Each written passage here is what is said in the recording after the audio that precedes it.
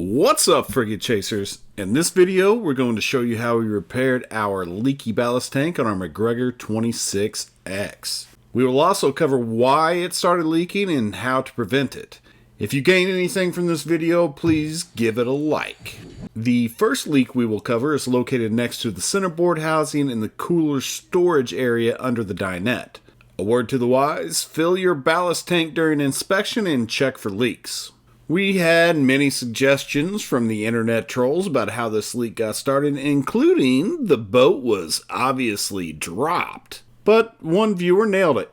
Water left in the ballast over the winter.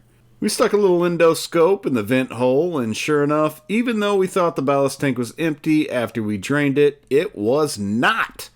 Draining the ballast tank at the boat ramp does not get all the water out as you may think. We then stuck another camera up the bung hole and look, looks like a water line stain to me, but don't take my word for it. Does this look like a water line to you? And the area where the leak occurred has very little clearance between the bottom of the boat and the top of the ballast tank.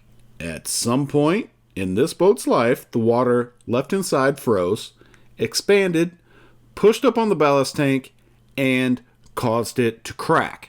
We did attach a small hose to our shop vac, stuck it down in the vent hole, and sucked out almost 4 gallons of water. Prevention?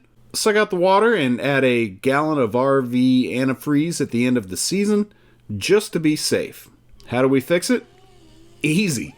I had Big Bro grind down the leaky area and add a layer of new fiberglass to contain it. And he was more than happy to do so. The second leak was not due to freezing, but caused by what we believe to be a manufacturing error. The second leak was along the edge of the ballast tank, on the right rear or starboard aft if you're going to force me into boat terms. Looking at the GoPro footage stuck on the end of a stick, you will see a gap between the bottom of the boat and the actual ballast tank. Was the bottomless ballast tank not cut correctly or placed in crooked? Was the bottomless ballast tank not a good idea? We don't know, but we do know if you look at it from the top, you will see a nasty decaying looking fiberglass that maybe didn't get enough resin or not rolled down. We don't know that either for sure, but that's where the leak was. How do we fix it? Easy. Same as the first, I instructed Big Bro to shimmy on in, grind it down, and lay in some new glass. Prevention? I'll let you come to your own conclusion to save the internet MacGregor trolls some hate speech.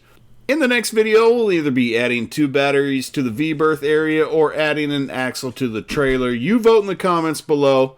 You have now made it to the end of the video, so liking the video is now required, and frigate out.